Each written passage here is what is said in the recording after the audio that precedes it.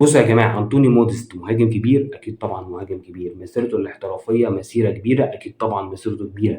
أهدافه متميزة؟ أكيد طبعا. الراجل ده هيدر ممتاز ومية مية ومن أحسن الهيدرات على مستوى العالم. أكيد طبعا كل الكلام ده. سنه كبير؟ برضه سنه كبير، ومش هقول لك إن هو سنه كبير، لا ده 35 سنة وماشي في 36 سنة.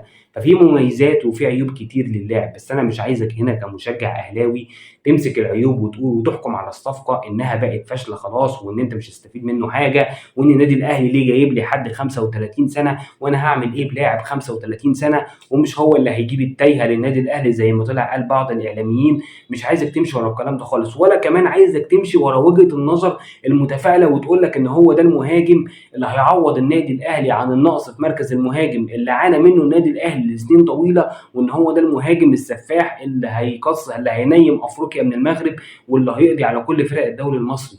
لا يا جماعه، مش عايزك ولا تمشي كده ولا تمشي كده، انا عايزك تحكم عقلك.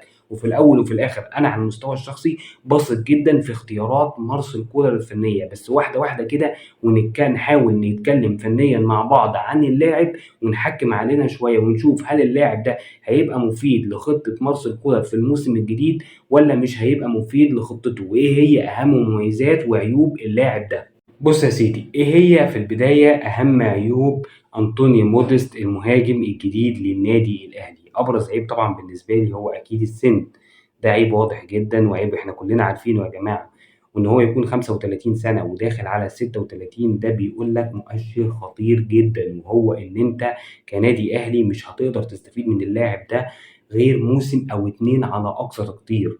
فاللاعب ده مش هيقدر يديه غير سنة او اتنين، فبالتالي ده بيعتبر مسكن او حل مؤقت للنادي الاهلي في مركز المهاجم، على ما النادي الاهلي يقدر يتعاقد مع مهاجم جديد ويبحث عن مهاجم جديد. يعني مسكن كده لمده سنه او اتنين، لغايه ما تقدر تدور بشكل اوسع، لغايه ما تقدر تفرز بشكل اوسع وتجيب المهاجم اللي بينتظره النادي الاهلي. لان انت لو اعتمدت بس على انطوني موديست، اللاعب مش هيديك اكتر من سنتين، وبعد السنتين هنرجع نبص تاني ونرجع نقول هو فين المهاجم اللي احنا بندور عليه بقالنا 10 سنين. العيب التاني من وجهة نظري هو تذبذب مستوى اللاعب. اللاعب يا جماعة مهاجم قوي، مهاجم قوي جدا، مهاجم سفاح، مهاجم سفاح، ولكن في حتة تذبذب مستوى في مستواه. يعني انت كده بيجي في بعض المواسم بيقع.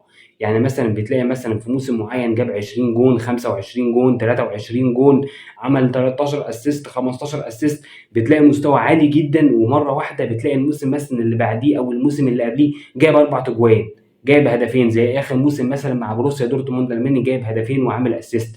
فموسم ضعيف تمام. فاللاعب متذبذب المستوى شويه، وده برضو احد عيوب اللاعب الرئيسيه. العيب الثالث من وجهه نظري، ودي برضو مرتبطه بالسن، ان انت سن اللاعب بيحتم عليك ان هو لازم يجي يتألق. ما هو انت ما قدامكش حل تاني، لازم يجي يتألق. طب نفترض خد وقت للتأقلم، لا هو مفيش وقت للتأقلم.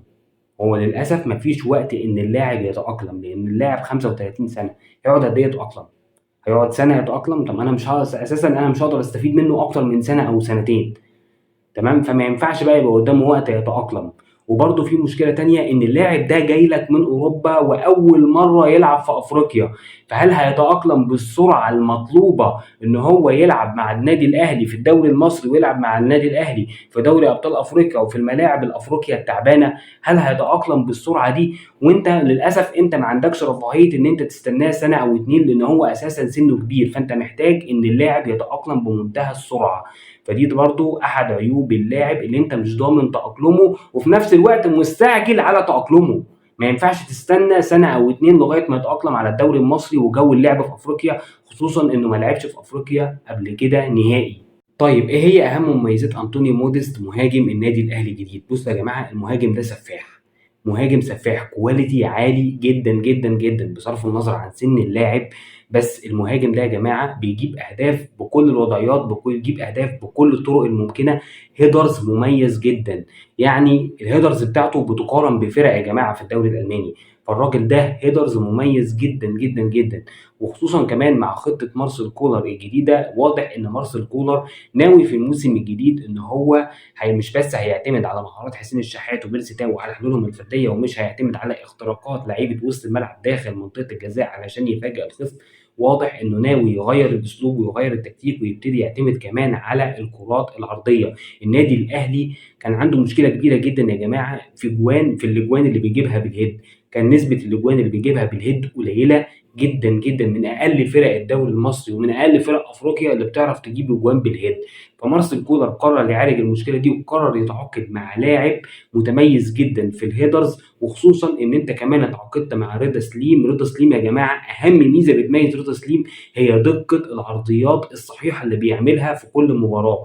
فأنت كده عندك رضا سليم بيعمل عرضيات متميزة جدًا، علي معلول بيعمل عرضيات متميزة جدًا، اتعاقدت كمان مع أنطوني موديست المهاجم السفاح الهيدر المتميز. كده أنت بتكمل مثلث الرعب بتاعك. ميزة كمان تانية في اللاعب إن اللاعب يا جماعة هجام، اللاعب ده بلياقته البدنية دي ومع تألقه في الدوري الألماني في السن ده 35 سنة ومتألق في دوري قوي جدًا ودوري بدنيًا معروف إنه من أقوى الدوريات الأوروبية، متألق في السن ده. فاللاعب ده يا جماعة هيهد أي دفاع عندك وهيهد أي مدافع عندك في الدوري المصري.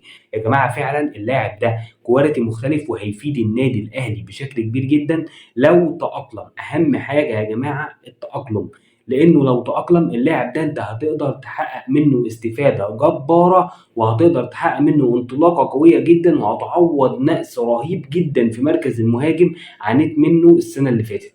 بس ده كان كل اللي عندنا النهارده عن المهاجم أنطوني موديست مهاجم النادي الأهلي الجديد، وإن شاء الله تكون صفقة مربحة للنادي الأهلي وإن شاء الله يتألق مع النادي الأهلي. وزي ما قلت لك دايمًا كل صفقة ليها عيوب وليها مميزات، وأنا هنا باقول لك العيوب والمميزات، لكن إن شاء الله بإذن الله اللاعب يتألق. وأتمنى لو الفيديو عجبك تدعمني بلايك بشير، والسلام عليكم ورحمة الله وبركاته. السلام عليكم.